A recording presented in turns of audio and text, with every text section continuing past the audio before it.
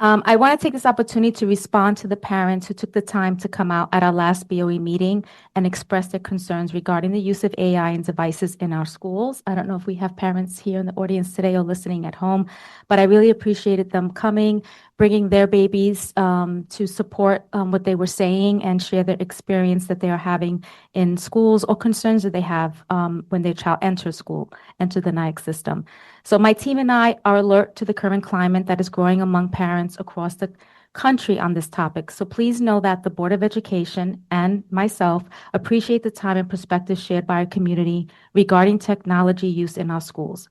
While surveys can provide helpful insight, they also have limitations that impact interpretation, including factors such as sample size and representation. However, surveys are considered as one of the multiple data points in our communications with our parents. We heard concerns related to policy, and I'm going to let President Maraschino talk about that. For clarity, the district does block YouTube on student devices. However, we recognize ongoing questions about instructional use of digital tools. Our technology department is active and alert on a daily basis with the filters set in place for all our schools, and it is true that the districts today face distinct challenges to continually be ahead of the curve for cyber safety. We are also actively discussing device use in the early grades, including consideration in limiting the routine practice of sending devices homes in grades K2. As we develop our 3-year technology plan, we will include intentional opportunities for parent and community input.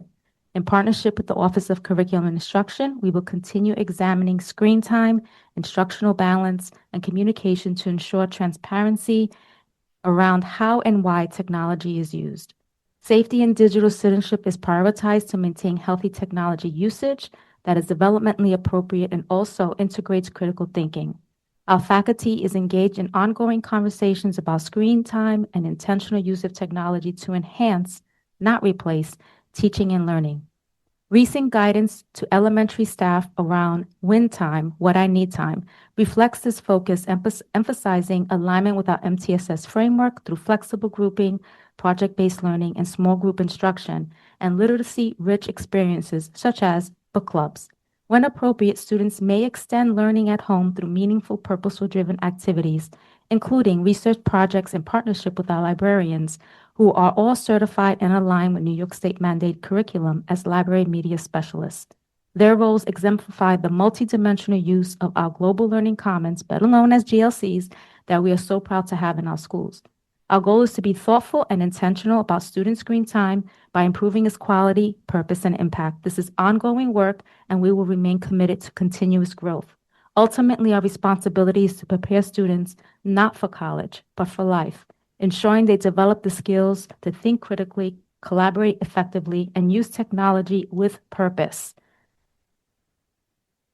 Lastly, technology in our classroom does not happen in a vacuum, but is integrated in our commitment and core competence that define our profile of a graduate: critical thinking, creativity, collaboration, communication, compassion, content mastery, cultural responsiveness, and I would add to that, curiosity. And that is my report. Thank you, Dr. Giovanazzi. And I did want to just tag on a little bit on behalf of the board and just ditto a couple things that you shared in terms of really like our appreciation for the parents that come out, that send us emails, that speak, we listen, we hear, we work collaboratively with the district to, address needs. And another thing that Dr. Giovanazzi just highlighted is just these really are like changing times, right? I think, we've got a board who've got kids and students at various ages and levels from college to high school, down to elementary school, grandkids, and there's been a lot that I think parents have learned. There's a lot of changes that have taken place in these past few years in terms of understanding technology, the good, and the challenges, right? And so many things have shifted in the past few years. So just really kind of, wanted to highlight that I think we're all really aware of these like critically important changing times. And then in regard to policy, I just wanted to share a little bit because policy came up, and policy is a really important critical role of the board, right? That's one of the most important things that we do. And just in terms of using this as like a opportunity to share a little bit of information, the way that the board does work around policy is a couple years ago, we worked with the New York State School Board Association to do a review of all of our policies. It's something that you can pay them to do. They'll look through your policy book, which, for parents who've taken a peek, there's a lot of policies, right? So it's a decent amount of work to really try to keep these policies under control.